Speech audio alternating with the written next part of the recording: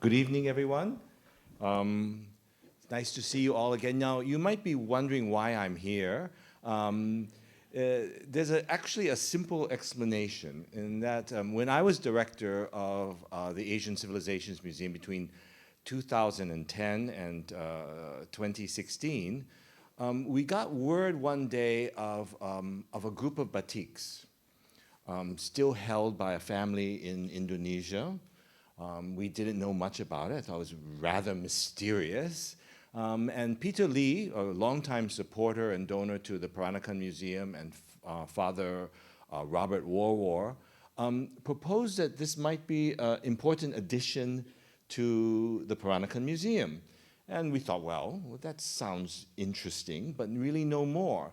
And as we unraveled the story and began to see images, it became clear that this was a collection of major importance, the work of 3 generations of a single family, but produced in such a way that they were completely individual, so that although it was a family workshop and a shared practice, the objects themselves were not of the same style. They were of completely different styles and importance. And the more we looked and the more we studied, it became clear that this was a major addition to the Peranakan Museum. So we worked very hard on this process. We got a lot of questions and feedback. We'll talk about that along the way. But it eventually entered the Peranakan Museum collection in 2017, so just after I departed the museum. So the whole process was something that I was involved in and followed very closely. And it's a great pleasure for me to return to not only conduct this conversation, but to help edit the book that was finally produced in commemoration of this really important collection. So on my personal note, this has really been an incredible journey. Thank you to the Hendromartono sisters for their generosity, but not just of the objects themselves, but also their memories, their archival data, their letters, which really enrich the whole process. And you'll see some of this here, and much of it is on display at the Peranakan Museum. So I urge you all to have a close look at the exhibition. I know many of you have been there already. So thank you again. It's been an immense pleasure for me. Just a quick logistical note about what we'll do. We have begin with a conversation with the 3 sisters here for about 40 minutes. And then they'll be joined by the son of the most important collaborator of Jane Hendromartono, Sahlan, who will be joined for a few minutes with the sisters, and we'll have an extensive conversation with him, and then we'll conclude with questions from you all at the end. So the whole evening is about an hour and a half, not a full 2 hours as originally billed, just so you know where we stand. I hope you all participate at the end, but save up your questions and your comments for the end of the evening. I think it's probably the best way of doing it. So, this is a great photograph. Don't they look almost identical? They're really... It's fantastic to see the 3 sisters with their parents. And I guess I want to start with a question about what it was like to grow up in a batik-making family. I mean, 3 generations, their grandmother as well as a great-grandmother. What was it like to have batik made every day in the house? Were there drawings everywhere? Was there dye everywhere? I mean, what was it like? Because batik is a messy process, right? Yeah. I think it's really amazing because every day we saw it in the house, in the same house where we grow. And I learned much from them. Since I was a baby, I think, because even the baby crib was the drawings of my mom with a special design like a strawberry in a form of small kids dancing and all of the stuff.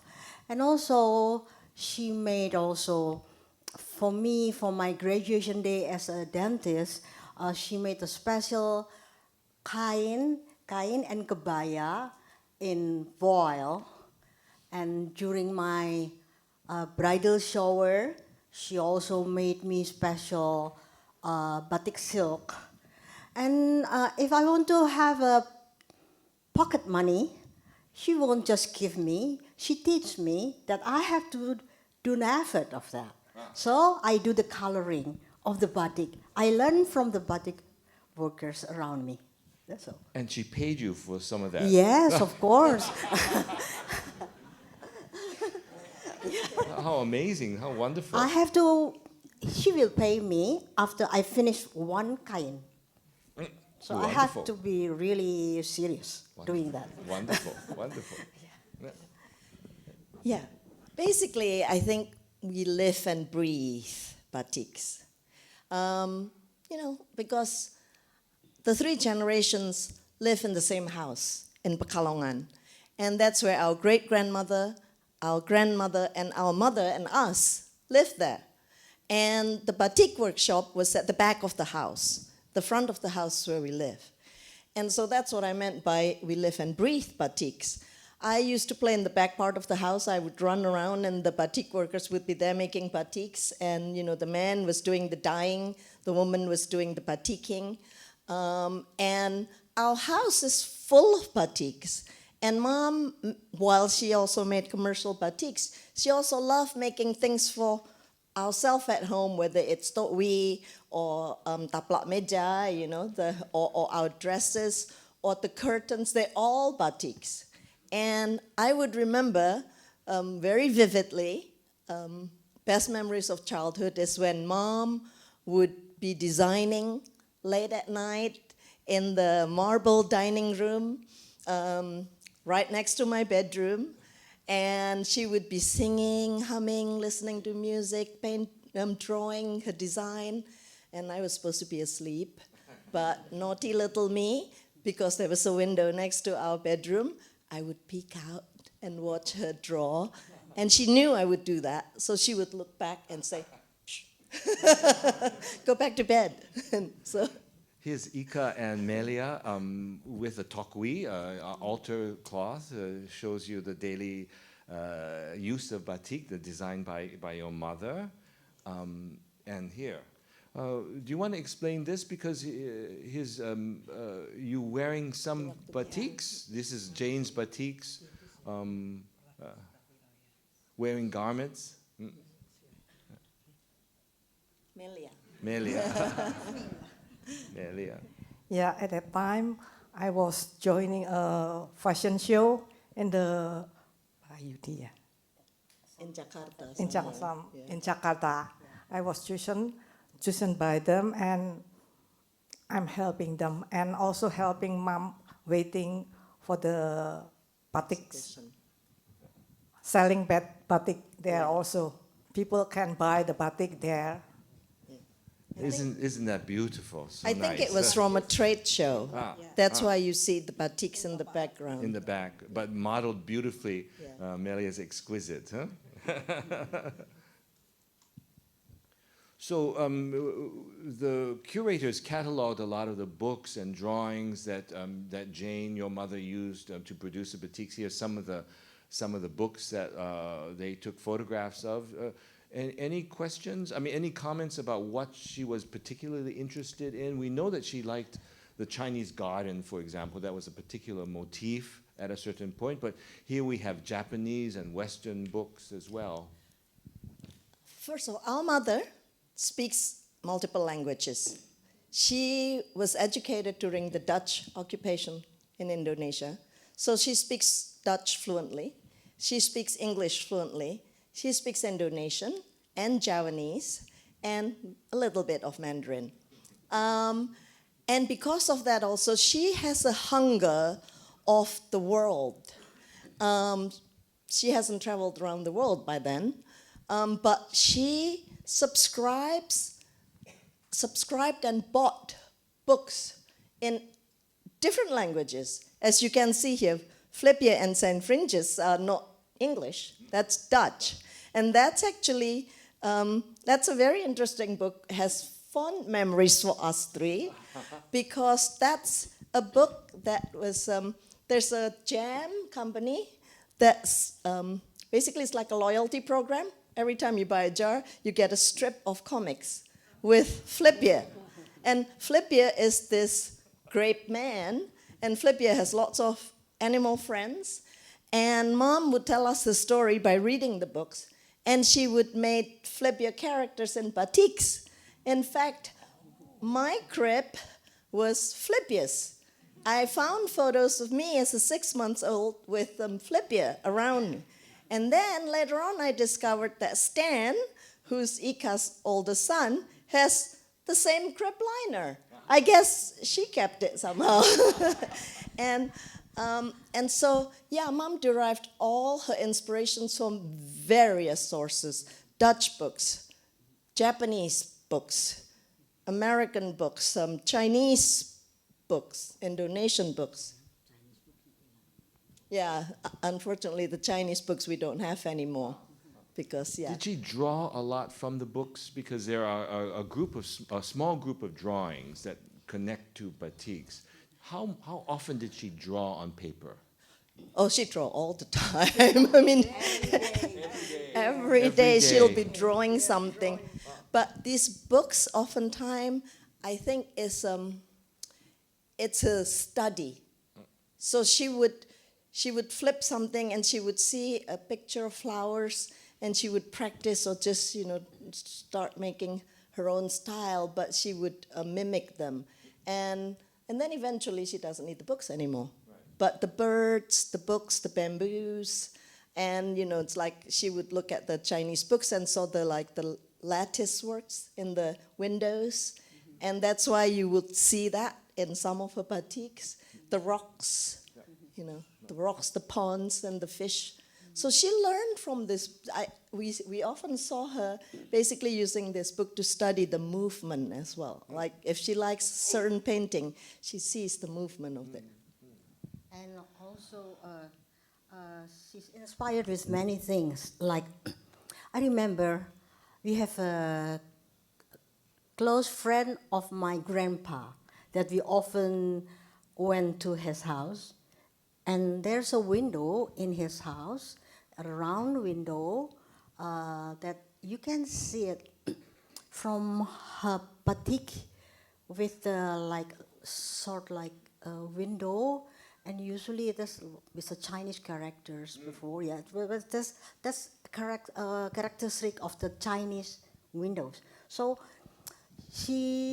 when she sees some things, not just see, but she always see everything with her heart. And she notes it down. Because when we went around, she also, just for window shopping, for instance, she stops and then she takes notes. And I saw she like the color, this color combination, she puts it. Or leaves. She always told me, see, these leaves are different for each other. The shape, the color, and everything. So she really sees with her heart. Yeah. Mom noticed Inspire her. everything. Nothing escaped her. And as children, whenever we go on family trips, she would always saw something that she wanted to make sure that we also noticed. She would always say, oh, look at the clouds. Doesn't that cloud looks like an elephant? And look, and that one looks like, that's the clouds, not to mention anything else, the rocks, the leaves. And actually, up to now, my friends teased me because when I went to the beach and I see beautiful striations in rocks, I could get stuck taking photographs because I heard Mom say, look at all the striations and all the different colors. So, yeah. So Right. besides your pocket money that you earned, did she encourage you all three to make batik? Why didn't you pursue it further? I know this is the question we're all dying to ask, but For why? me, For it's you, maybe for all different of than you. Inge. For me, because she has such a good talent, make me inferior about that. Oh, you felt That's that. inferior? I have to tell you the truth. So I'd rather take another profession. And you became a dentist. Yeah, that's right. But dentistry is also art and science. So inherited the art. Thank you. Melia, Melia, Inge? kenapa kamu nggak menerusin? I don't choose batik, but I choose as a fashion designer. And because I must live in Jakarta, and if I must stay in Pekalongan, it's difficult for me. I actually went to study in the US with the intention of coming back and continuing the batik business. Really? Yeah, that was the original intention. But before I left already, Mom already told me, don't come back because of me. Don't do things because you feel obligated to. I'm sorry, I'm a crybaby. When I remember Mom and things, sometimes I would do that. But I think she's ahead of time. And she basically told me, you have to follow your path. Do what you love to do. And then, of course, I went to the US. I ended up studying economics. And actually, my very first class was drawing, because I took an art class. And the professor happened to like abstract. And I'm not very good at abstract. And I only got a B. And I studied in the US because I had a scholarship. And I had to maintain a 3.7 GPA, which means an A- average. And my B+ in drawing didn't cut it to get me to an A-. So I stopped drawing. I felt that art should not be graded because it's so subjective. But I was at school, I had to follow the rules. So I decided to take all the science classes that's exact. I either get an A or not. And after that, I got my MBA, and I studied, and I worked in marketing.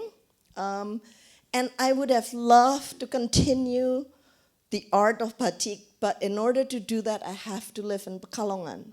And I felt that my calling was elsewhere. And so after that, I became a handbag designer instead.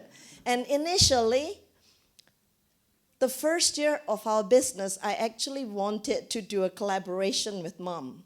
Initially, I wanted to make batik handbags. I was even considering to do clothing. And in fact, my eldest daughter is wearing the one and only piece that Mom and I collaborated in making a dress. That's the prototype sample. Oh. Unfortunately, she fell ill, and she died soon after. Oh. And so all that thoughts were gone. Oh. Yeah. So you ended up you did things related to your mother's batik artistry, so there's a connection. In a different way. In a different way. Yeah, wonderful, wonderful. This, to me, is one of the most charming photographs of your mother, leaning over with a beautiful white batik. I mean, it speaks so warmly about her gentleness and her warmth and her love of the batik. Do you have a particular memory of this photograph? Do you have a context for it? Yeah. I wasn't there when this photograph was taken. I was already in the United States. But I know Mom told me that she was taking a series of photos of her most treasured, cherished batiks, because she wanted to try to introduce them to the world, especially the export customers who seems to appreciate them very much. Yeah. But so that's all that I know, that she was doing a series of them, and this is one of the slides that I found with a stack of other just batik photos. the series is from these white, it's one of these white batiks, which are really extraordinary, done in the late 50s and 60s. They, I think, enormously striking. Here's a very beautiful one, which can be dated. It's at the beginning. We've emphasized it. What do you recall of the white batiks? Because you have some specific memories, Ika. Oh yeah, and if you, in fact, it is unfinished batik. To tell you the truth, because at the time, we have to still fill in with, and then the color will be brown like the kudusan. Yeah, but apparently, there are so many customers, especially the Westerners. They like it very much. The white. The white.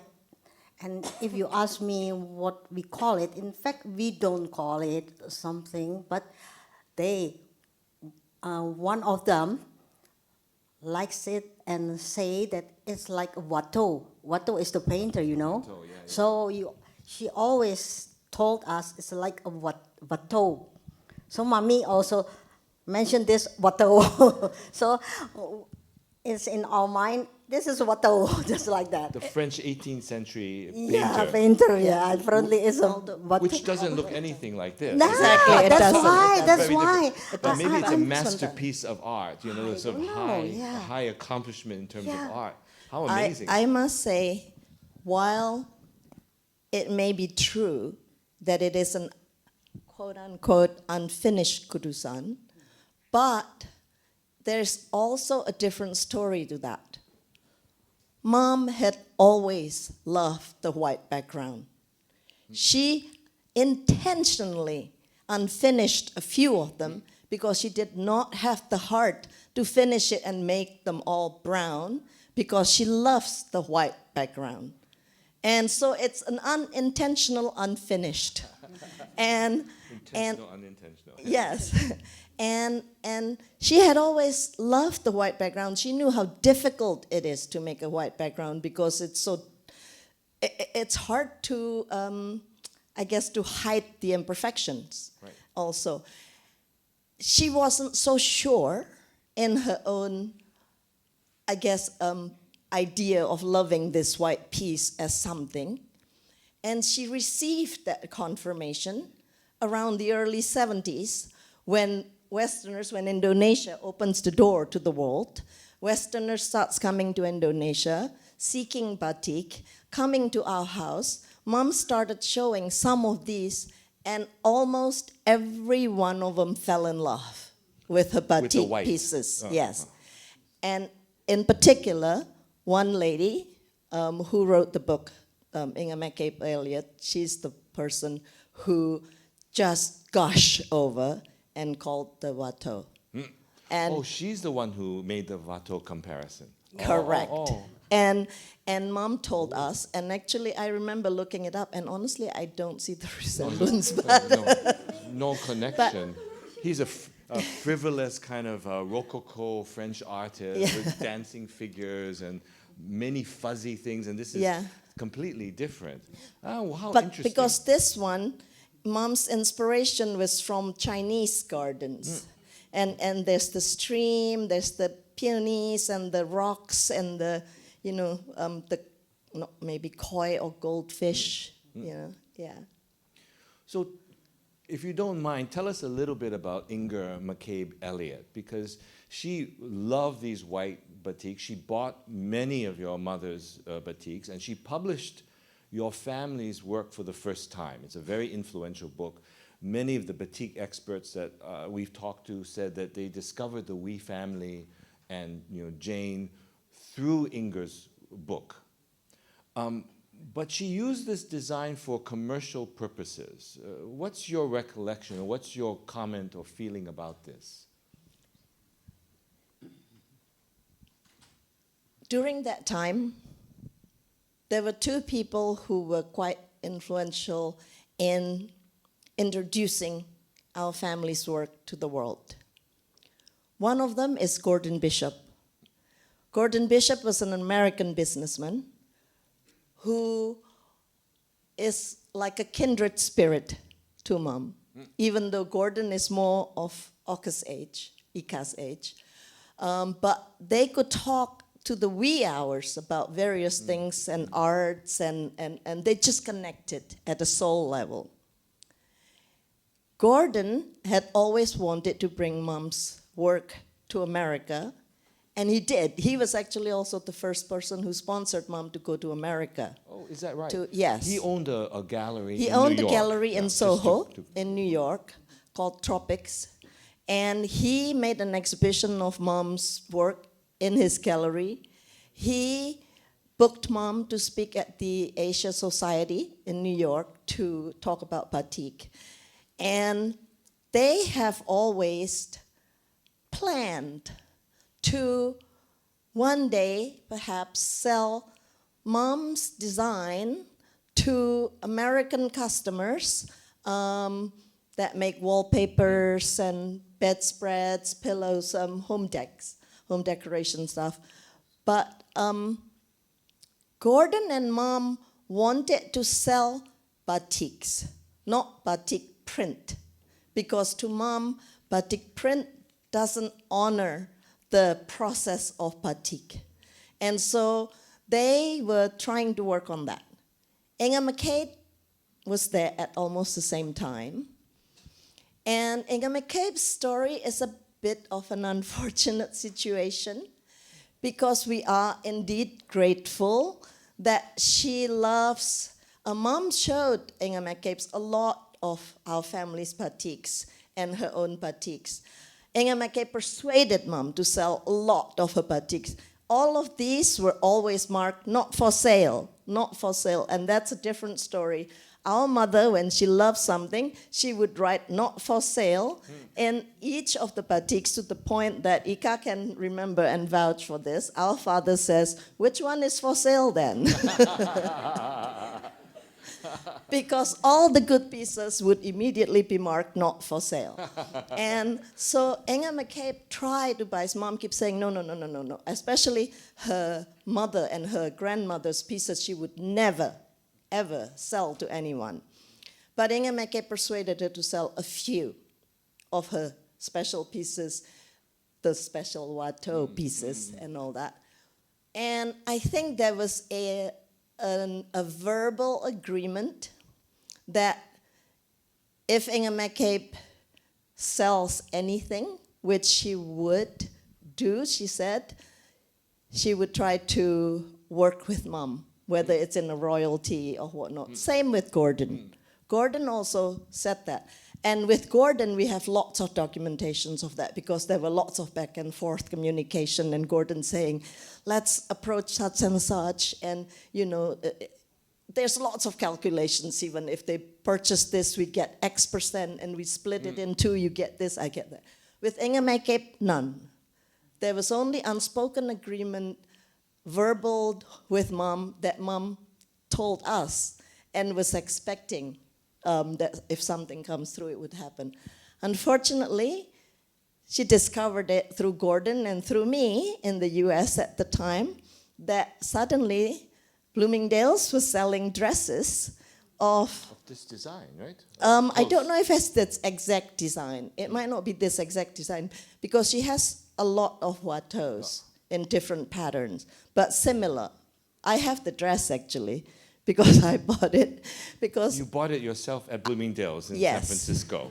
yes, This is a great a story. batik print with Perry Ellis. So it's a copy on it. by Perry Ellis. Well, it wasn't Perry Ellis' fault, to be honest, because I know for a fact, and I do know someone who worked for Inge McCabe, who actually said, I wish she hasn't done that, or that she would have done the right thing to your mom. And actually, this conversation was just quite recent, and she just said, I couldn't do anything, but I know it's called Watteau. It was sold to Perry Ellis and a few other like wallpapers and bedspreads and various things. And that's why I think Naomi saw the letter that Mom wrote to one of the either U.S. Chamber of Commerce or somebody that says, I felt powerless because, it's not copyrighted. So she couldn't really pursue it. And even if it is, it's going to be like way too expensive. It's impossible. But it's a bitterness there's a bitterness in that, and knowing, that it's been copied. At the same time, Inge Mekkep was also the person who published Batik, the North Coast of, fabled cloth of Java, that published about our family, the 3 generations that is featured in there, and therefore catapulted her also in the international scene. So that's why I said it's such a pity, because it could have been such a beautiful relationship, but it's soured by the commerce of it. Yeah. I remember, but it maybe just to add what Inge, in fact, Inge Mekkep exhibition and about the books is part of Gordon Bishop's help, what I know, because Gordon Bishop was so angry about the case. What happened? Yeah. What happened, and he is the one who pushed Inge Mekkep To include yeah. mums and 3 generation batik in the In book the book. In the book. and Yeah. exhibit. That's Gordon's help. So Gordon really played a significant role in launching the family in America. Yeah. Yeah. In fact, from what we knew, we couldn't really find the documentation, but from what we knew, recall of what Mom told us, Gordon tried to fight Inge Mekkep, but Inge Mekkep has a very deep pocket, and he couldn't win the case.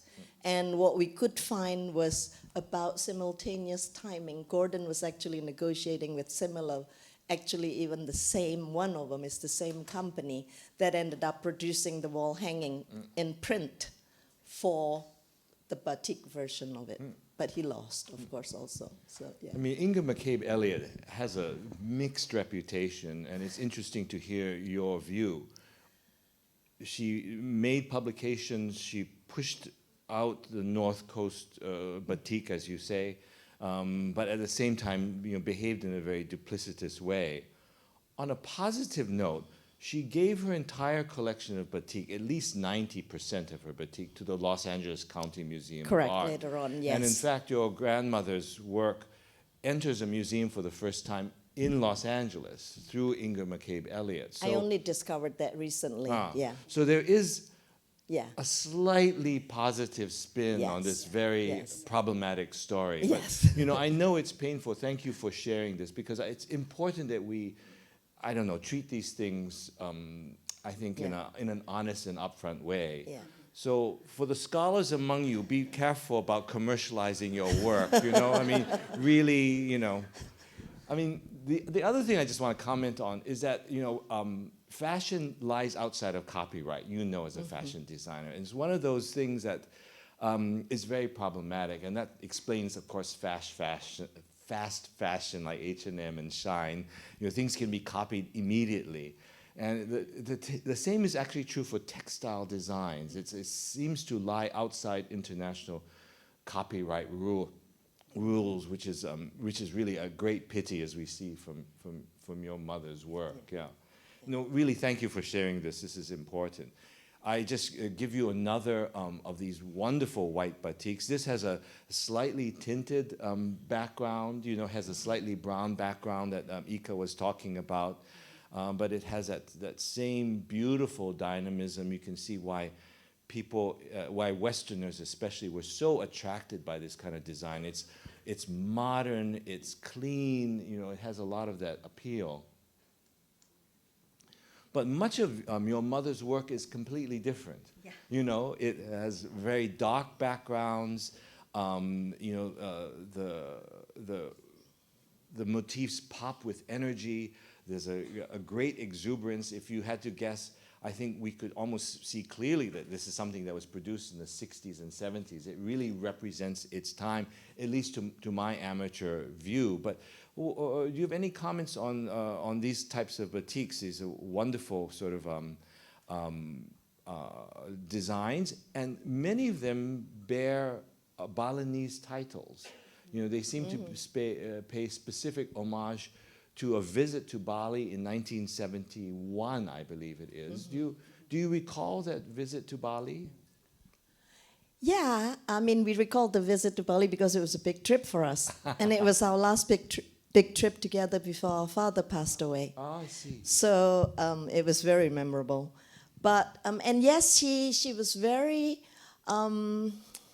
inspired by everything that she saw in Bali.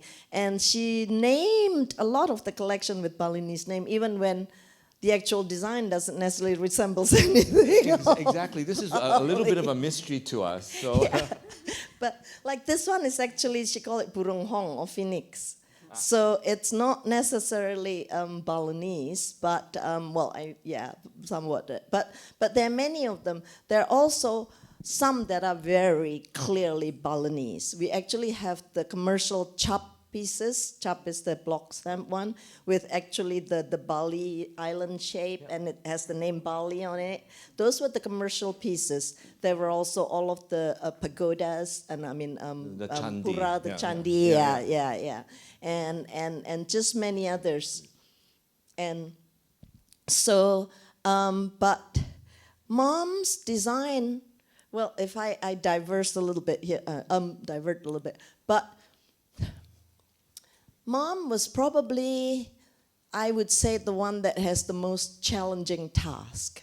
Our great-grandmother had a specific clientele. She worked with the specific colors that was available at the time, which is all the natural dyes. Our grandmother can already work with chemical dyes, so it's a lot brighter and all of that. But her clientels are pretty much also still the same, people who are wearing kain kebaya and people who likes the traditional look at the bukatan, etc. Mom, in her span of, I would say, 4 decades roughly of her career, had to pivot so many times. And she could no longer just live and make batik the way her mother and her great-grandmother was, because batik demands have changed rapidly. In the 70s, when the government made batik to be more of a national outfit and formal garment, and people would not have the heart nor the money really to be cutting such fine pieces into day-to-day clothes. And so she had to start making chops, and she started making patterns that are more appealing to the younger generations and what's in fashion at the time. And that's why it changes from some traditional batiks to more larger pieces, etc. Very exuberant. You can see it has a modern flair already, right? You can wear this out on a.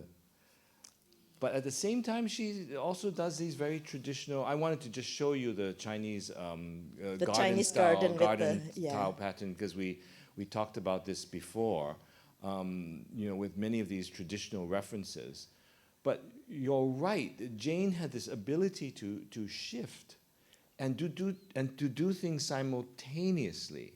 Did you notice that there were different styles being produced at the same time?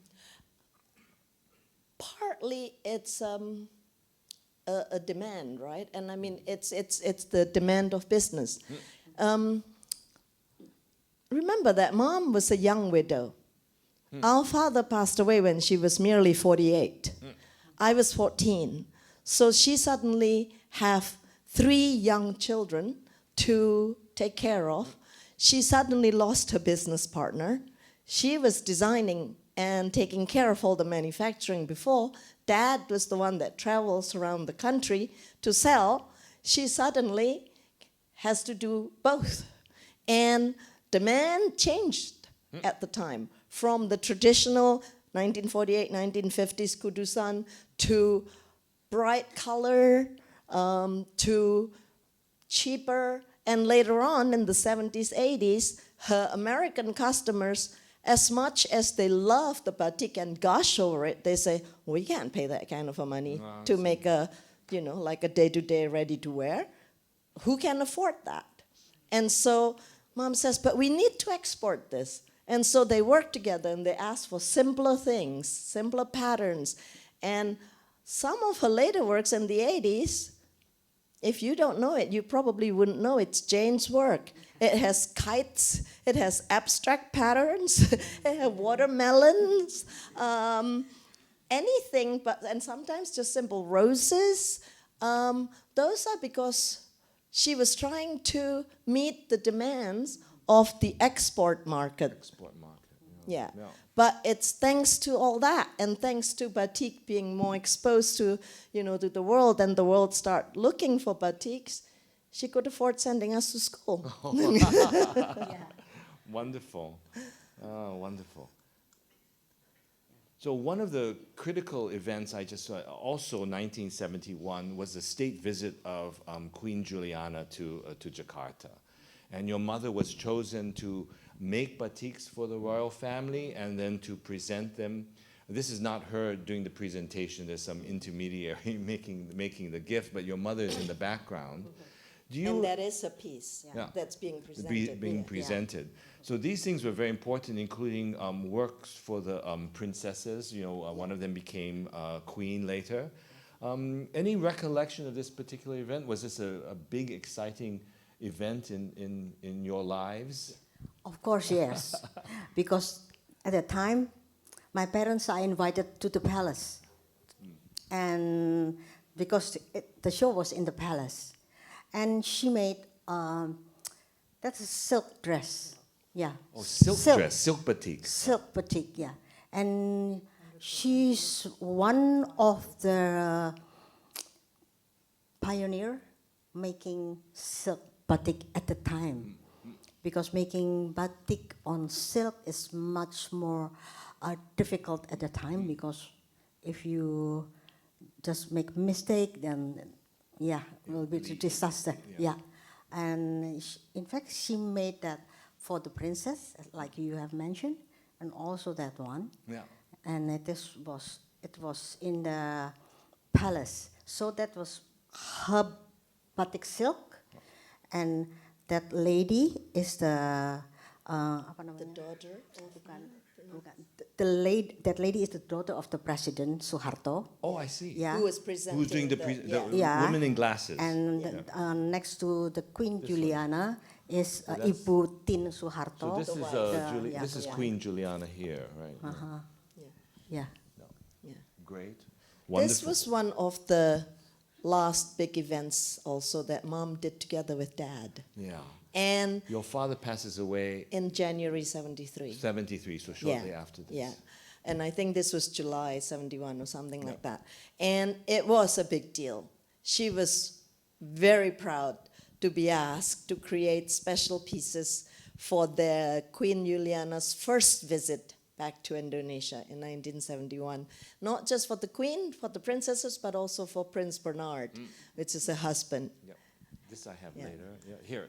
Yeah. So this is the design for Prince Bernard, who's the prince consort, made into a shirt, I believe. And so this is the cloth of the same design that you saved in your family collection. Yes. Well, she, being a perfectionist, of course, wanted to make sure that she could present the best. So even though she was asked to make one piece, she made multiples and would choose the absolute best to be gifted, and the other one or two, I don't know, but this is the one that we still have, kept just as a memories. She would never sell them, of course. But I remember her talking about designing this pattern specifically because she knew that Prince Bernard was the founder, part of the founder of the World Wildlife Fund. And he loves elephants. And he was known in his efforts towards nature conservations and all that in a big way in those days. And so Mom specifically wanted to design mostly elephants, but also a few deers, if you see, running in the background somewhere there. Yes, And it's supposed to be a forest scene, so it's all in keeping with the conservation story. But of course, she also put in the Garudas, right, in the middle at the top to showcase Indonesia and all that. So, yeah. It's a wonderful pattern, and it reminds me that your mother's earliest work, for example, with your grandmother, were these little delightful animals, deers and giraffes, that embellish her mother's work. Yeah. And here you find equally delightful elephants. I mean, these are not Yeah. ferocious big elephants. They're small, and they run through the forest in a very nice way. But you see, she's always very deliberate in her design. You see not palm trees, coconut trees. Yeah. Yeah, because it's Indonesia. So, yeah, it's really one of the most delightful textiles. It's in the exhibition, so you have a look at it there. Yeah. So I thought we'd talk very briefly about your grandmother and great-grandmother, because it's such a distinguished legacy. This is Nyonya Oeij Kok Sing, your grandmother. Do you have memories of her? I have my memories is about her Japanese language is not just common Japanese. I call it. It's for the higher ranks. You see. So aristocratic because Japanese. there are levels like the Japanese to common people and to like the king and everything, and she can speak that because her grandpa, I think, was like a sort of, I don't know exactly, is it a lieutenant or mayor or something like that for the Chinese. Yeah, and so deals often with the Sultan, the king of Java. So my grandmother can speak very good high Japanese. Yeah. And then She was from Solo. From is that Solo, right? yeah. So that explains maybe the court connection Yeah. and the family holding status there. Yeah, that's right. And also about music.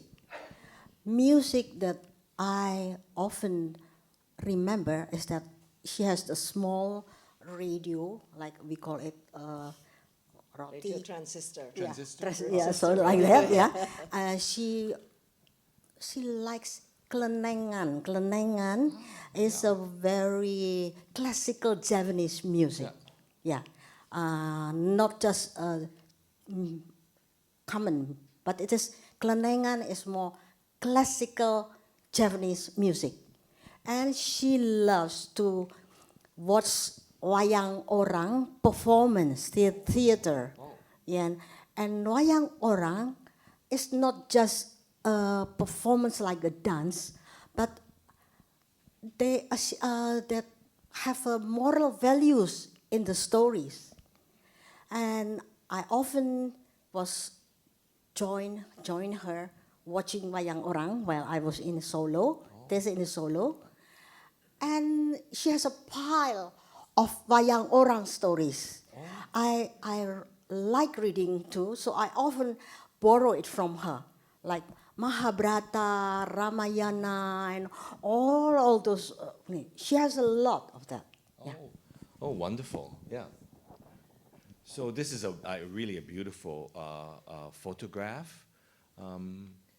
I didn't get to know Grandma that much Ika. because Oh, she it's you. passed away when she was in 1966. That is- But my bedroom was I shared a bedroom with Grandma, and so like clockwork, 6 p.m. It's always Radio Indonesia, and the opening song was always that Nyur Melambai, Tanah Airku Indonesia, and that always starts at 6, and then she would listen to the keroncong and until it's bedtime for me.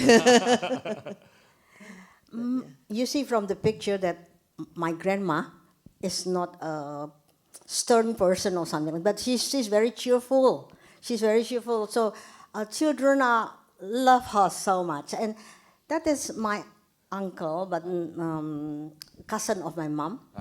Yeah, When he went to Pekalongan, he lives in Solo, but he went to Pekalongan. She my grandma do like this. Yeah, because my grandma is yeah, cheerful. Tweaking the ear. Yeah. So nice. You look so cute. It's me. Nyo- Still the same face.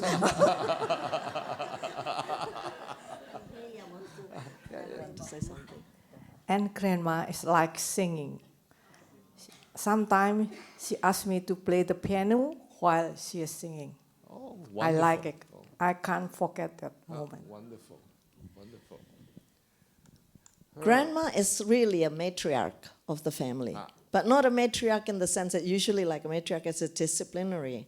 She's actually very demure. She's very soft-spoken, so she's like a caring, loving, gentle matriarch. But she loves family gathering. And Here's during, one, yeah. this is with the children, but during her lifetime, she's always the one who organized family gatherings. And you know, all the children, all the grandchildren, so that's fond memories for all of you, especially who was a little bit older than me at the time. Well, we have a wee family gathering here, our Hendromartono family here. Hendromartono's There are complete a couple gathering this hundred time. relatives here, is it? No, but 24 of us. 24. Is that amazing? All of Jane's children, grandchildren, and great-grandchildren are here today. Welcome, in everyone. Singapore. So- Welcome, everyone.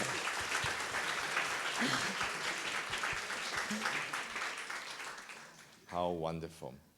Nyonya Oeij Kok Sing also was a herbalist, a practitioner of Chinese medicine and made things, and was actually sometimes more famous for this than for her batik. Do you remember? I mean, here's a... In our hometown, yes. You save some of the recipes, some of the medicines too in your family archive, which I think is just amazing. Yeah. Have you tried any of these medicines after 50 years? Yes. No, not this one. I mean, but we used to take them. You used to This is take them? basically called obat angin. Yeah. Melia has good recollections of that. I always help grandma to make this. Oh. Yeah. Oh. Yeah. Did they pay you for it, like Inge did? No, Oh, for pocket money? no, but she always call me, would you like to help me? Okay. And I made a small pill, and then round it with merah, something red, and we will sell it. Mera, yeah. And many people buy this obat angin, really. Yes, I mean, the accounts we see in advertisements, she was quite famous for these, yeah. Yeah, it's small like this, and red outside. Red. Yeah. There's a red powder that they put outside of this the black taste thing. is with menthol. Menthol. Menthol. Yeah. Menthol jadi. Yeah, mirip. Yeah. So anyone can eat it. Adult, children, yes. Good. Just shows the diversification of Peranakan entrepreneurship. You make batik, you sell pianos. Yes, you, our father your- sold used pianos. Your yes. father sold pianos, used pianos, second-hand Yes, pianos. yeah. Or you make Chinese medicine. Yep. Yeah. Got to do all kinds of things. Huh? Bird's nest. Bird's nest was a big thing in the old house in Pekalongan. At the time. Yeah. They're no longer there now. Yeah. All the birds have flown away and Yeah. moved elsewhere, cooler. So this is, I'm just going to show you a few of the impressive batiks that your grandmother made. She seems to really capture different designs as well, just like your mother, combining, as you say, these artificial dyes to create wonderful colors, blues and pinks and greens and blues. You know, they really, she's a marvelous colorist in the way she combines the colors together in bright patterns. I mean, it's a classic Bukitan design in a way, but done in you know, with a real sense of punch. Yeah. And this marvelous purple one. I mean, this unusual color. Yeah. I felt like grandma went to town when she discovered chemical dyes. Yeah, well, she emerges as an artist at exactly that moment that these are available widely in Java in the 1920s and 1930s. So she really takes advantage of the rich aniline dyes imported mainly from Germany. Yeah. And the other unusual thing about your grandmother is that she signs and dates almost all of her work. Yeah. So she signs Nyonya Oeij Kok Sing over and over again, very specifically, and she stamps. Dates, Yeah. day and month and year, Yeah. which is amazing. No other batik maker does that with this kind of consistency. Huh? Yes. Yeah. With that. Yeah. I'm just showing you a couple of details. This is Peter Lee's favorite details. Peter, wake up. Hi. So, you know, these little devices that look like tennis rackets or Christmas balls, combined in very, very delightful way. And here's her beautiful signature, Nyonya Oeij Kok Sing, in Dutch style. And here's the stamp, 8 November, 39, I think. 39, yeah. And then always the husband's name, no Nyonya on the stamp, but amazing record. It allows us to trace her development very specifically, you know, year by year, if not month by month. Yeah. And their drawings. She left dozens of drawings. One of them is in the exhibition, and I'm just showing you for the audience this sort of diagonal kapala pattern of a sarong, and then a drawing that seems to be very closely related to this. I mean, you were too young to know about your grandmother drawing. Did you see her drawing at all? I see her. Oh, you did? And she draws also for me. Like, yeah, she draws like handkerchief. She made batik from her own drawing, and she made the batik by herself, and she gave it to me. I still remember, but I don't have it anymore. Oh. But I remember that. Oh, She wonderful. likes to draw it. She draws it by herself. So both your grandmother and your mother were constantly drawing, it Yeah. seems. Yeah. Ah, interesting. I remember Mom more than Yeah, Grandma. yeah. So this is a nice example of that, yeah. Here's another beautiful pink one. I'm going to move to your great-grandmother because we're running a little bit out of time. This is your great-grandmother, Nyonya Oeij Soen King. A nice photograph seated in that way. Of course, none of you remember her, I don't think, huh? I don't remember her because she died when I was 2 years Oh, old. my goodness, yeah. But I heard the stories just from my aunts and my cousins. Oh, yes. Yeah, that's about that. She's Anything specific about her personality? What was she like from your aunt? stern lady. Stern. Yes. Ah, so different from your grandmother. Yeah, totally different. Oh. Stern mother-in-law. Oh dear. Oh dear. I like this particular detail. This is a detail of one of her works because you see, here's this. I think it's a mongoose eating a snake. It's a classical subject of mongoose capturing snake, and I think it's a fantastic. The mongoose really looks like a devil, you know, with big eyes and horns, and you know, really, really amazing. And then these wonderful birds going through the field, and really fabulously intricate designs in this way. Is a really terrific one. And again, you know, fantastic birds. So there are 18 works, 18 batiks by your great-grandmother in the collection, Nyonya Oeij Soen King. What were you told about this? Why were they kept? How do you know that they belong together, and how were they preserved? Well, Mom always, what she told us was that her mother, our grandmother, would always tell her, this is my mother-in-law's work. Ah. So keep this in the family. And so when she passed away, naturally, it was passed on to Mom. And Mom has always kept it in the house together. great-grandma's pieces, as well as grandma's pieces, which is her mom's, that she was given by grandma, or pieces that she loves. And actually, we didn't have that many, even of our of our own grandma. You know, usually we took things for granted when we have them. And so, but all of these, so great-grandma's pieces has always been kept at a special place by Mom. And she would always tell us, you know, these are family heirlooms. These bunch are great-grandma's because my mother told me so. And then this is your grandma's, which is her mother. And of course, her own pieces weren't there at the time. Do you recall your mother studying Oeij Soen King's work? Because we found very interesting connections, you know, that seem to indicate some influence. I think that revival pieces, the one that she started doing, came later. It came about the same time as when the Westerners started to come to Indonesia. There were two different types of, I guess, foreigners coming to Indonesia to look for batiks. The one who wanted, they are either collectors, or the ones who wanted to buy batiks just because they love batiks, or for doing business, like with the ready-to-wear.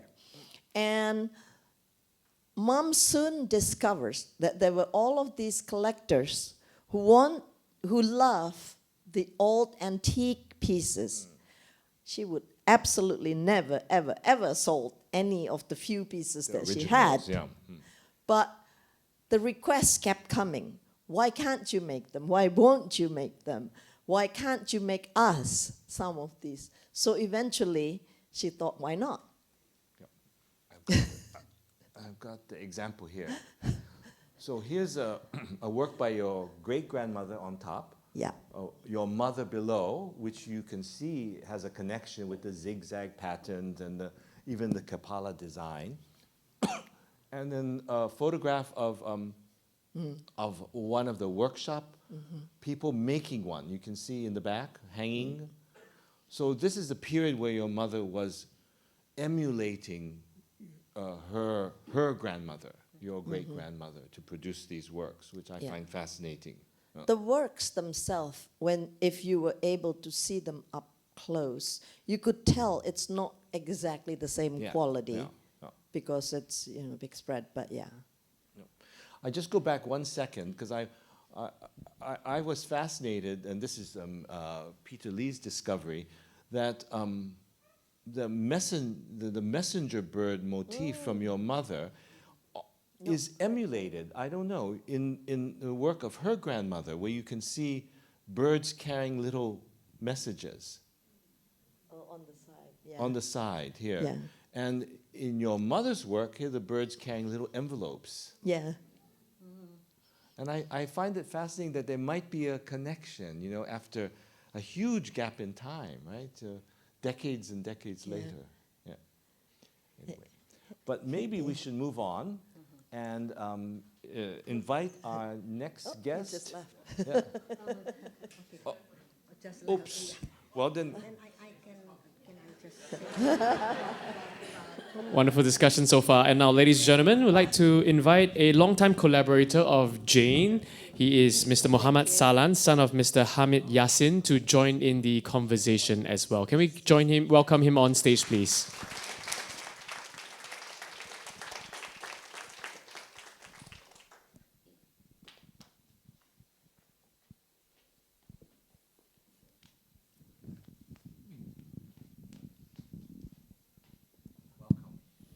Welcome.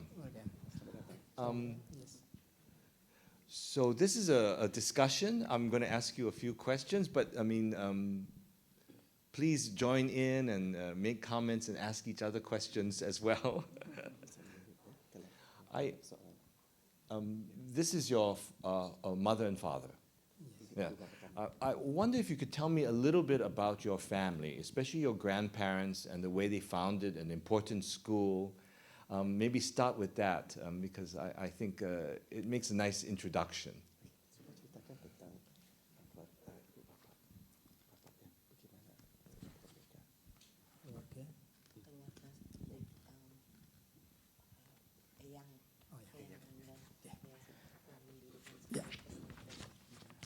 Terima kasih kesempatan yang diberikan pada kami. Thank you. Kakek saya, Kiai Sahlan, itu awalnya belajar agama di Pekalongan. My grandfather is a religious teacher in Pekalongan. Religious teacher, yes. Kemudian melanjutkan belajar agama di Bangkalan, Madura. He continued his studies at Bangkalan, Madura. Ya. Ada yang menarik dari sini. There's something interesting. Dari perjalanannya Bangkalan, Madura, dari Pekalongan, Bangkalan, Madura ke Pekalongan, Bangkalan, Madura itu di sekitar 600 km In the journey of 600 kilometers from Bangkalan, ditempuh dengan jalan kaki. he walked there by foot. Yes, Walk. yes, yeah. 600 kilometers. Iya, iya. Dengan membawa mesin jahit. Carrying sewing apparatus. Ya. Sewing apparatus, Yes. yeah. Sebagai modal, di mana perjalanannya ada tempat yang ramai, dia menjual jasanya untuk menjahit. He sells his sewing services when there are crowds. Setelah nyampe pada penyeberangan Surabaya, Madura, When he reached at Surabaya, Madura, kakek saya menjual mesin jahit itu untuk ongkos penyeberangan. my grandfather sold the sewing apparatus for Iya. to cover the cost. Dia belajar di kiai besar di sana, Kiai Holil. He studied Holil. Holil. Iya. Kiai Holil. Iya, Holil. Nah, setelah pulang dari Madura, banyak masyarakat yang ingin belajar agama pada grandfather. Okay. When he comes back from Madura, a lot of people want to study the religion from him. Nah, setelah itu membuka sekolahan yang dinamakan Ribatul Muta'alimin, He opened a religious school called ya, Ribatul Alimin,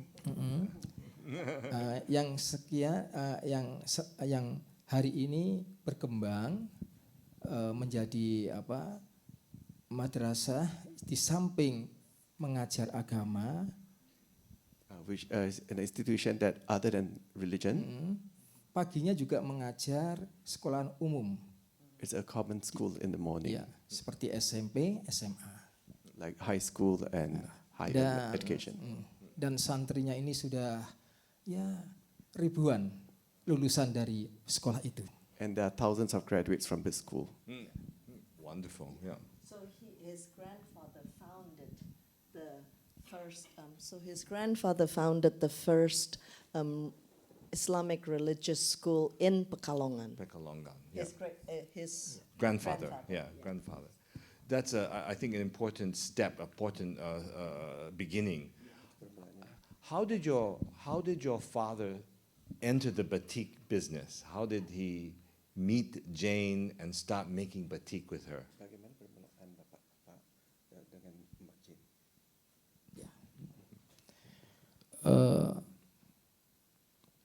Pada tahun 1960-an, From the 1960s, ya, ayah saya menjalin kerjasama bisnis batik dengan keluarga Jin. my father has a business collaboration with the family of Chin. Ya, Nyonya Jin adalah sosok seseorang yang ahli di bidang batik. Madam Chin is an expert in batik. Ya, beliau sangat menguasai, sangat menguasai motif, warna, desain yang eksklusif. She knows exclusive design, Yeah. motif, and colors of batik. And then beliau sangat disiplin, teliti, dan tegas. She's very stern, careful, and disciplined. Ya, Stern. ya tegas. Bahkan kalau ayah saya setor batik, if my father stores the batik, ya, delivers the batik, batik, ya, ditemukan adanya batik yang kurang bersih, notice the batik that is not clean, warnanya coletannya melebar, itu coletan ya, coletannya the color melebar, bleeds, ya, terus warnanya kusam, or the color is faded, pasti dikembalikannya. he will return the batik.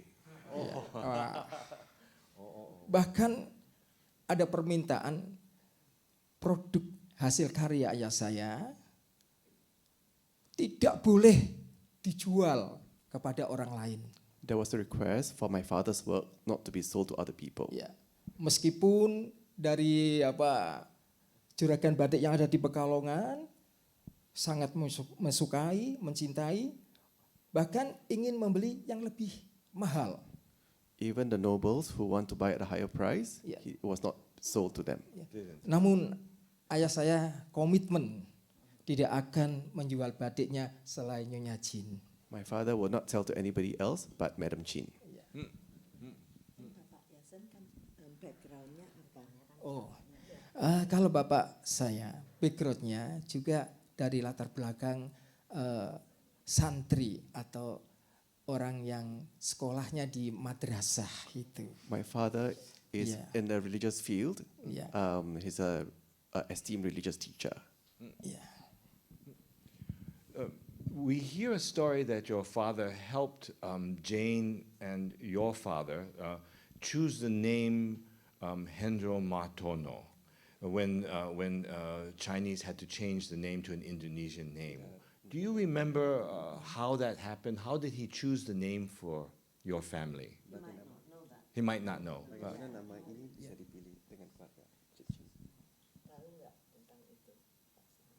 Ya, I don't know.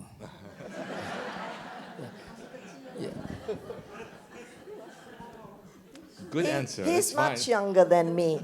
And so he was too young to remember. Even I was quite young, but I was involved because my name was changed.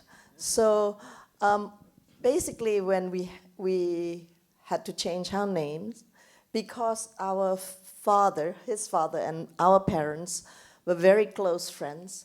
Actually, our parents became very close to his parents more than just as a business relations. They really entrusted a lot of things to his father in particular. Even personal problems that are not related to the business, the first person that our parents would go to before the family was his father. And so during the time when we had to change names, the first person naturally that our father would approach is his father, was his father, yeah, Pak Chamid Jasin, yeah. And initially, basically, our father's request was to choose a name that was related to our Chinese names. But that's not always easy.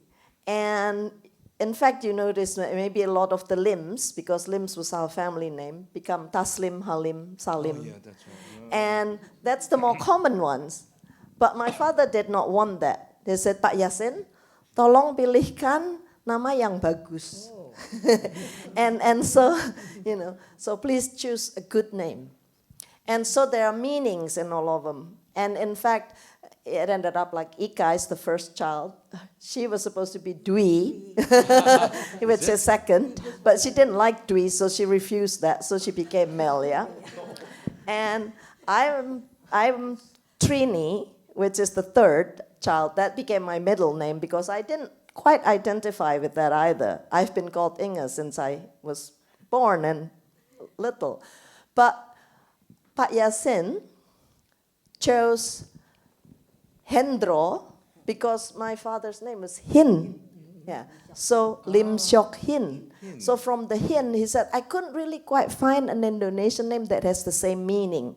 But how about Hendro as your first name and Martono for the family name? And I remember my father says, Hendromartono. Sounds good. Make that the family name. And there you go. We stuck with the Great 13-letter story. name. But that's thanks to Pak Chamid Jasin. Wonderful, wonderful. These are a couple of notes and a book that where Jane records the relationship with your father, a note to each other, and then a notebook that shows which batiks were made by Chamid in 1978, around that time. Iya, ini nota-nota yang dibikin oleh Nyanten ya, panggilannya Nyanten. Nyanten itu nama penghormatan buat apa istilahnya semacam majikan atau atau juragan gitu. Nyanten itu suatu penghormatan. Ini yang dibuat oleh Nyonya Jane Hendromartono. This notes are honorable notes for my father's employer, Madam Chin. So it's like there's a from employee to employer.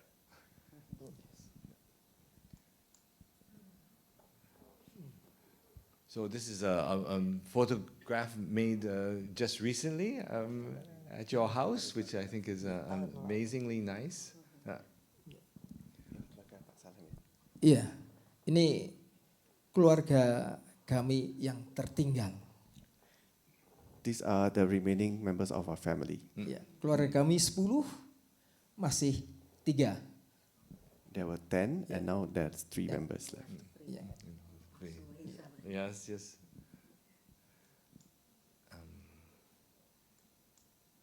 The man in red is his brother.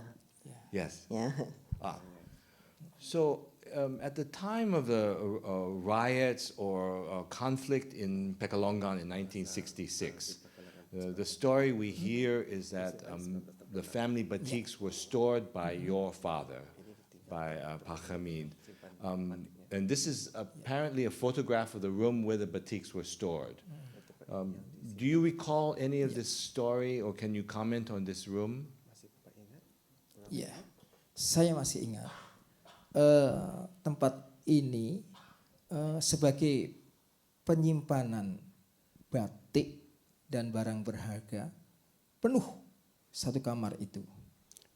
I remember this room is where they placed all the batiks and the valuables. It's very full.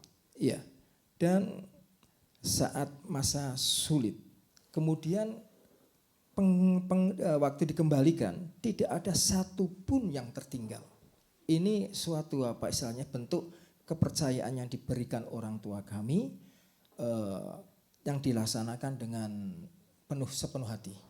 When he returned all the items in this room, nothing was gone. It shows the trust that the family had to my parents.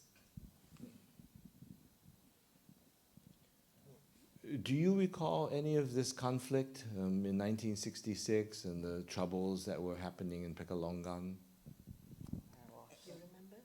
I don't remember it that much. I think partly because Mom tried to keep it a little bit more of a secret at the time. But maybe Melia remembers something. I was still, I'm living with Mom at that time. And menakutkan sekali. Scary. Ya, Yeah. maksudnya peristiwa ini ceritain. Bukan ini untuk yang nitipkan barang di tempatnya Pak Jasin. Kamu ingat apa enggak? Apanya? Batik-batik. Tapi batiknya apa ya enggak ingat. Yeah. I remember Mom put some her batik in Pak Jasin house. I remember. She doesn't remember which one specifically, but she remembered Mom and Dad quite a working on that a lot. She said, yeah. It must have been a very scary, special The ones. special- Ya. It must have been a very scary time. Huh? It was a scary time, yeah. And what I remember of that particular time of the turmoil was how his father protected our family. That was a difficult time in Indonesian history when there were riots and because we live in the area where it's called Patinan also, it's mostly where the Chinese lives. The demonstrations happen to be happening in our neighborhood. And it's a long story. I didn't want necessarily to go into it, but it was a very troubling and difficult time. And the demonstrators were coming to our neighborhood, and they were breaking into houses. They were about to burn our car. Our garage was outside. When there suddenly, we knew that things were calmer. It's as if the demonstrator moved on to our neighbors. And later on, I discovered, and I think Sahlan also heard from his father and his father's colleague, that he indeed came and stood in front of our house and basically protected the family and said, you should not be doing this, but since you're doing it, do not touch this family. Or rather, in his recall, the father said, you have to go through me if you want to touch this family. Betul ya?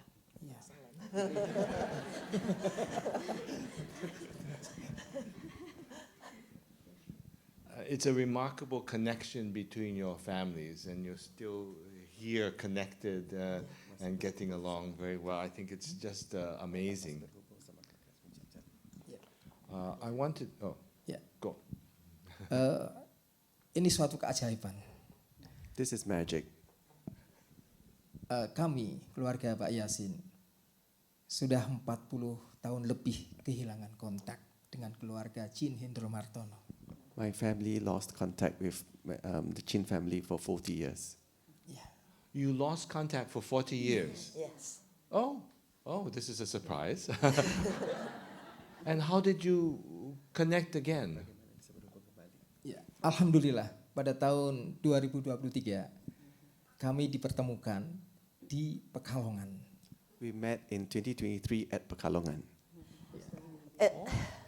Last year? Yes.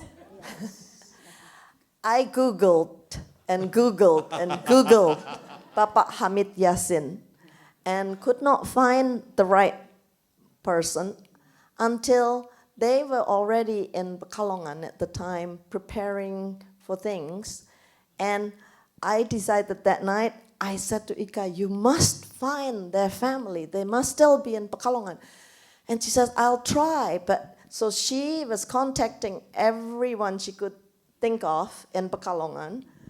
I, in the meantime, at 2 o'clock in the morning in California, Googling and stumbled into the story of the pesantren, which is the school that his grandpa founded.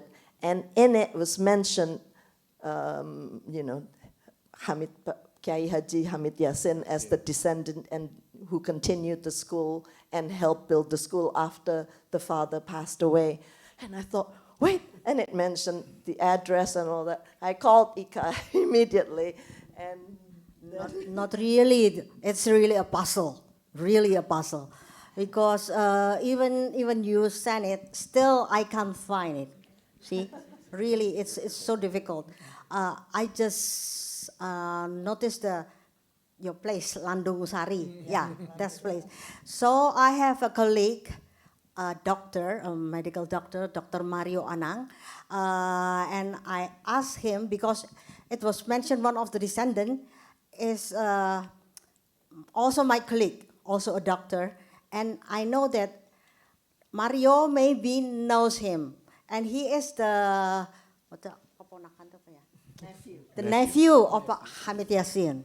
So I asked Mario Anang, Dr. Mario, and Dr. Mario told me he has passed away a long time ago. The doctor, the nephew. So. But I have a friend, also a doctor, working there, who lives in that area. I will ask him, and that is the clue. He knows the pesantren. Then he told me about that. But wasn't it, tell me if I'm wrong, but I thought you said that it was the worker at that doctor or something who actually know. It's like saying, Salah satu karyawan, one of the employee in the same health center. Said, I know, Who finds know." him? One of But the this- employee in the This center is an of the amazing thing. Says, I I don't know, know I know. why finds I've assumed that you've known each other through the decades. It's only from last year. Yeah, just last year. Yeah. But it's an amazing reconnection. So I'm so glad that you're here together. Yeah. It's because of Inge so stern. I'm afraid of her. So I have to find. We're having a family moment here. We'll start our therapy session. She's not so stern, is she? She got the results through Google though, so that's pretty good. I wanted to show you this. This is a batik done by Chamid and Jane for the marriage of your brother. Is that correct? And it remains in your family. And you can see him wearing that. And here's the sarong. And it's very different in style from Jane. I mean, it has some elements of Jane's work, but it's really an incredibly different design.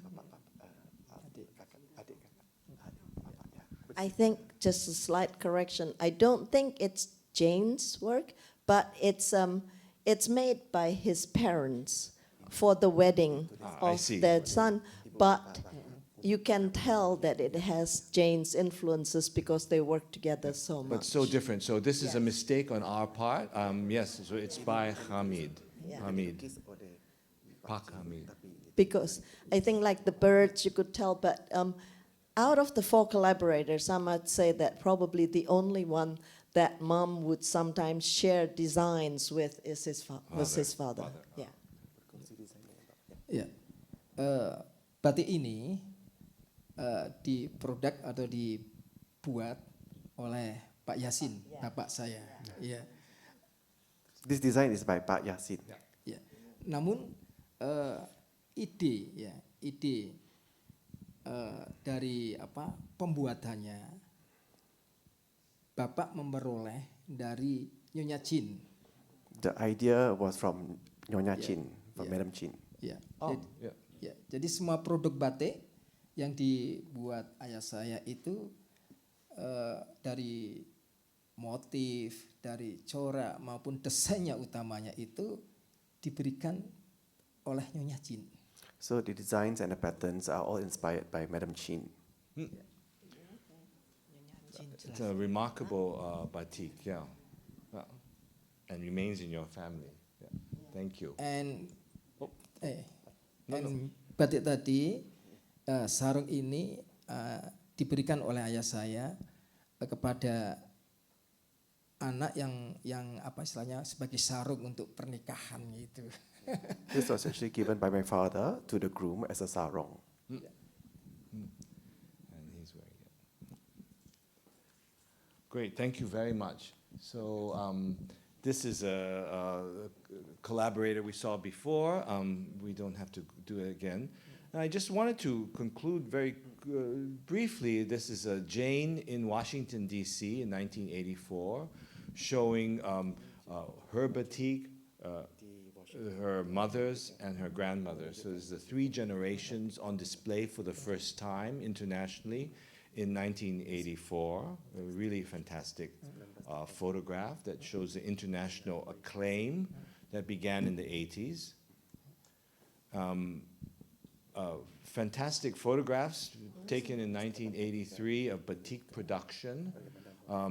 We can't identify the specific workshops. These are general photographs of batik production in Pekalongan in 1983, done at that time.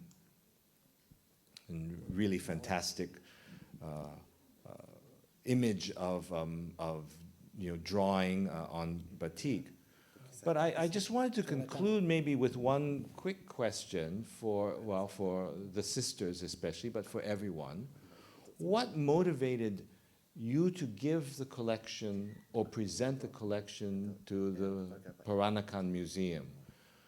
We discussed it for many years. It took a long time. We had to work out a lot of the details. But what was your essential motivation in coming to us 13 years ago? It's quite a long time ago. There are many reasons, really. But I guess first and foremost, we wanted to find a home for our most cherished family collection that can be kept in perpetuity, hopefully, so that other scholars around the world who are interested in learning about batik and the evolution of it can study it.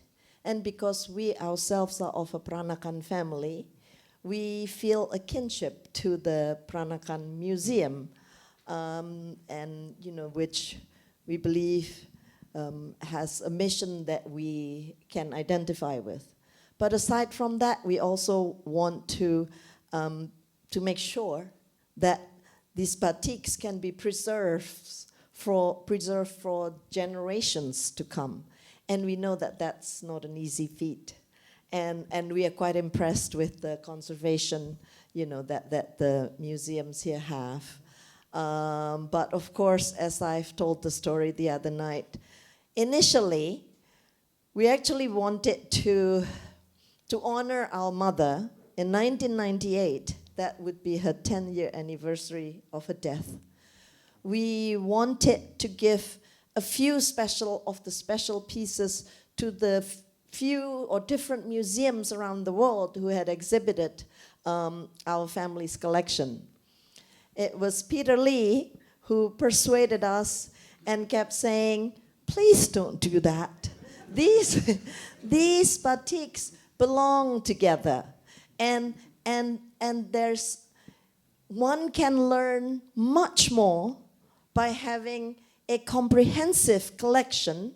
And just think about it, how much more meaningful and enabling it is for scholars in the future who would like to truly study the history and the evolution of batiks and everything else if they're in one place, instead of having to search bits by bits in all the different places around the world.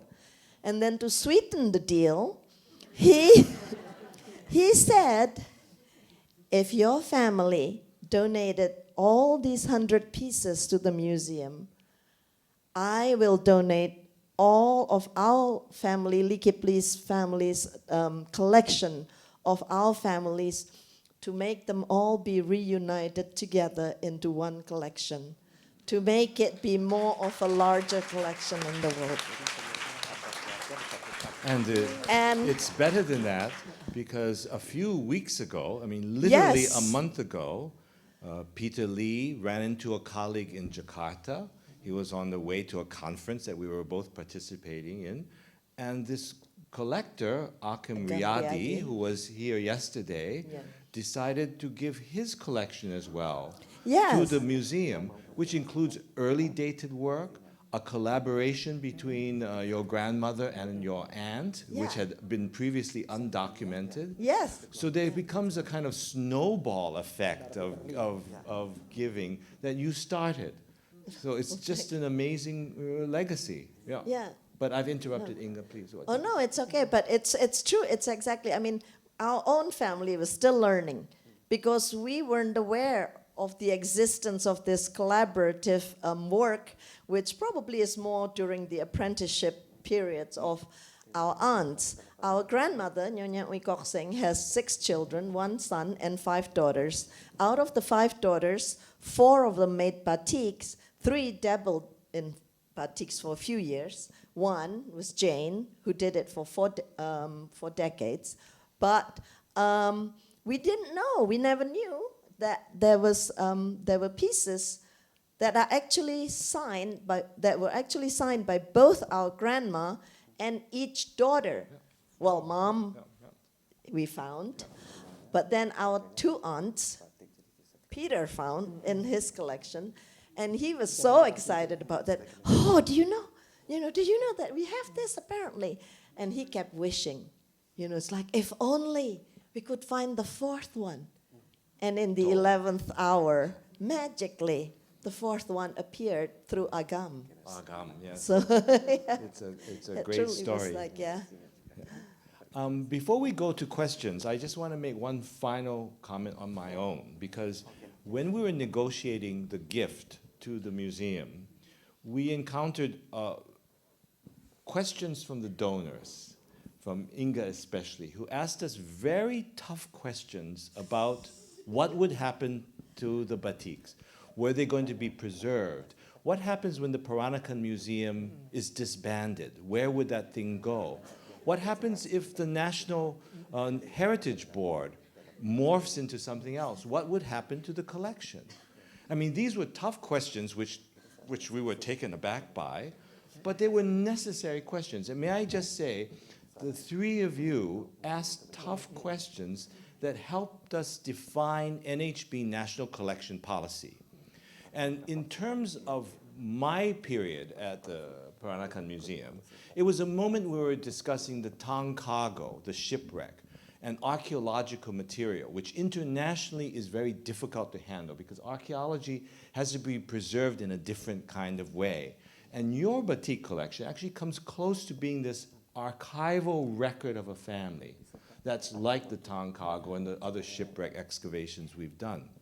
So your questions and your donations really helped Singapore define its national collection in a clear, robust, and sustainable way. And I have to give you a renewed thanks, not just for your gift, but helping us rethink what a collection is like.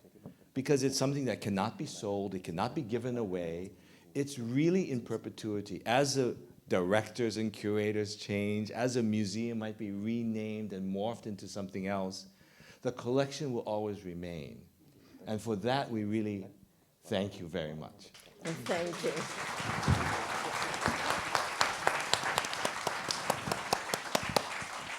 I'm glad that my sternness has a purpose. Sternness, yeah. Ika called you stern, not me. Huh? I just want to make that very clear. I don't think you're stern, not too stern. I'm the eldest, but I'm afraid of it. Oh. She said that she's the eldest, but she's afraid of her. Now, there are a couple. We have time for questions from the audience or comments. I'd love to have some questions. Here, oh, there's one there. Is there a microphone? Yeah. Hi, thank you for sharing. Allow me to ask this question in Bahasa Indonesia, and I'll translate this to English afterwards. Jadi, peran dan citra orang Tionghoa peranakan di Indonesia sedang diperbaiki sejak kejadian-kejadian di tahun 65 dan tahun 98 ya. Jadi sebenarnya banyak orang Indonesia tidak tahu bahwa banyak keluarga-keluarga besar batik di Solo, Surakarta, Pekalongan, Lasem itu semua keluarga Tionghoa peranakan juga. Dan batik itu sesuatu yang sangat Indonesia ya, sangat budaya Indonesia. Jadi batik-batik yang dipajang di Peranakan Museum adalah semacam saksi kepada peran orang Tionghoa yang dalam pencitraan budaya Indonesia. Banyak sudah dibahas soal status batik yang terkenal di luar negeri, tapi apakah ada hendak atau keinginan pada keluarga besar Hendromartono dan juga keluarga Pak Muhammad Sahlan akan sejarah dan peran orang Tionghoa dalam budaya Indonesia ini lebih diketahui oleh orang Indonesia? Dan kalau begitu bagaimana caranya? So basically I asked because a lot of the big families of batik in Indonesia are Chinese Peranakan families as well, and Indonesia is batik is such an Indonesian thing, you know, and because of the difficult history, is there any wish from the Hendromartono family for this tight and close history between Peranakan Indonesians and the production of batik to be more known in Indonesia itself? Yeah. Terima kasih. More known in Indonesia itself. Yes, that's right. But it's there are a lot of public. I mean, may I interject that there are quite a lot of publications and books about North Coast batik. This is something that has a wide appreciation in Indonesia, and it's multi-ethnic in its approach. So I turn it over, but that would be my comment. Is there a big gap in terms of this recognition? I'm not sure if there's a big gap, but I mean, honestly, it's not in our control. I can't control what's happening in Indonesia. I certainly hope and wish that, and I think Indonesia does appreciate the batik industry and you know and the art of that. I would encourage all of the. I mean, we have no more batiks left. because we have given our last collections here, and frankly, if only we still have lots, we probably would have donated some more in Indonesia, but most of our family's business were actually looted during the 1998 turmoil, and so even our descendants were saying, aren't we going to even have one of our grandmas? But there are many young batik makers now. There are many families, as you said, Chinese, Indonesian, Arabs in Indonesia making batiks. And I would strongly encourage all of them to work together and work with the government and with whoever is in Indonesia to create and boost that memories that you would like to happen. I'm also impressed by Sukarno and Suharto in the 60s and 70s, made certain that Peranakans and Chinese and as well as Javanese represented the batik industry internationally and in the fashion production. So I guess I approached the question in a very different way. It's always seemed to me a multi-ethnic impetus in that sense. Yeah, Ika, excuse me. I just want to add maybe something from what Inge said. In fact, the relation between, first of all, the batik makers are not mostly Chinese, because I live in Indonesia, so I know. There are so many good batik makers right now who are also from the different ethnic, I mean from Javanese. It is also one of the effort of the government that at one time, if I'm not mistaken, it's around 1950, 1960s maybe, that we Chinese, from Chinese descendant, may not work by ourselves. We have to also collaborate with the Indonesian, Japanese. yeah, Indonesian Japanese. That's why we have collaborators. We have 4 collaborators, and one of them that we are so close to each other is Chamid Jasin. So he is not from batik maker's background at all. He's a kiai. Kiai is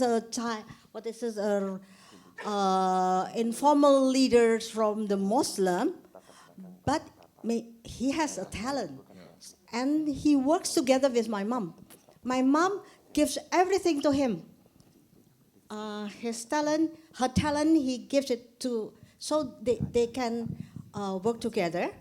And not just that, I know some of his brothers have well educated.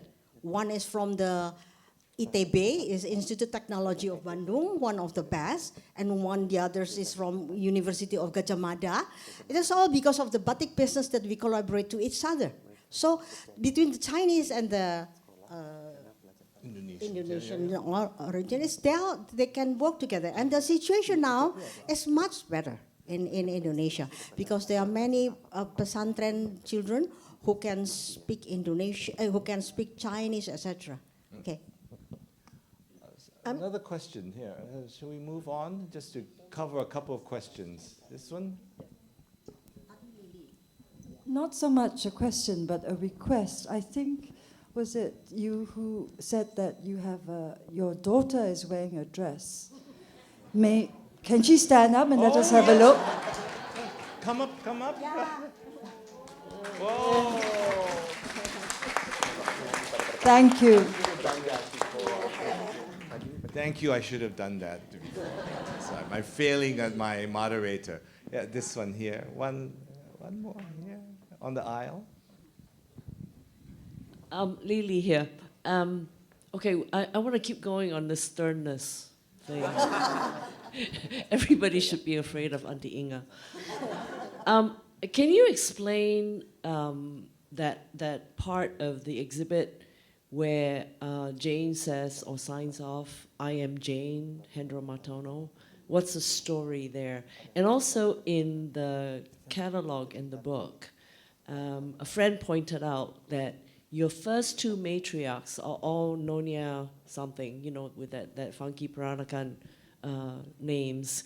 And then when it comes to the third one, it's just Jane Hendromartono.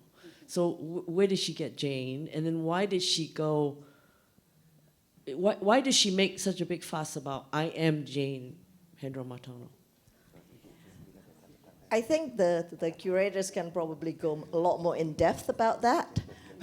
But from what I know, they were trying to use the terminologies on how each of the individual called themselves at the time. So Mrs. Oeij Soen King, our great-grandmother, used to call herself Nyonya. I'm Nyonya Oeij Soen King. That's why, and Nyonya Oeij Kok Sing, as you can see in her batiks, she signed it as Nyonya Oeij Kok Sing. Our mother actually signed her batiks 5 different ways. And she started her early career signing it under her mother, just Oeij Kok Sing. And then after that, she signed it after her husband. Not even Nyonya Lim Seok Hin, no, just Lim Seok Hin, him. And he is our father. He was in the business with her, but she was the designer. And yet she didn't call it Nyonya Lim Seok Hin. And then after that, when she changed her name again to Jane Hendromartono, and how did Jane came about? Well, but I mean, why is it Jane and not, something else? In fact, she wanted to retain her Chinese name. Her Chinese name is Oeij Jin Nyo. And so it's Jean. She actually would like to be called Jean, but somebody insisted to her that Jean is a French name, Jean, which is man's name. Yes, it's spelled the same way, it's Jean, but in English it's also Jean. But whoever it was that Mom talked to, some of her customers from abroad, said, no, you can't use that. Then you'd be called Jean. And she says, no, it's Jean. That's much closer to my name. She says, no, you should be Jane. And that's how Jane became Jane Hendromartono. And she has never called herself Nyonya. I don't know why. But, and then later on, much later on, because we weren't allowed to speak Chinese for a period of time. And to come back to the first person who's asking the question about Indonesia, if my understanding was correct, his question is also about a lot of these batik makers with Chinese, also like how could we do it? And actually I felt like in Indonesia now I'm seeing more of an acceptance now of also Chinese Peranakan things to come back again and being celebrated, Chinese Lunar New Year and things like that. And so anyway, towards the end of her lifetime, it's as if Mom decided to assert herself and her Chineseness somehow by secretly, not very overtly, in a corner somewhere of her books, of her notes, of, I don't know if there was a batik with it, There's but one batik, yeah. it has a Chinese character, Jin, which was her Ren, which was her Chinese name. And so that's why we felt that in her own way, she's asserting, I am Jane Hendromartono. I am me. I'm not some Mrs. somebody all the time. I'm not my mother's creature either, Yeah. right?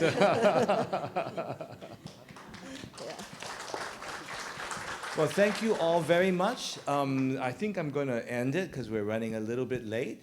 Please come up and say hello and ask more questions if you like. But thank you all very much for coming and participating. I really, we've learned a lot that we could have put in the book. But anyway, thank you very much. Thank you. Bye.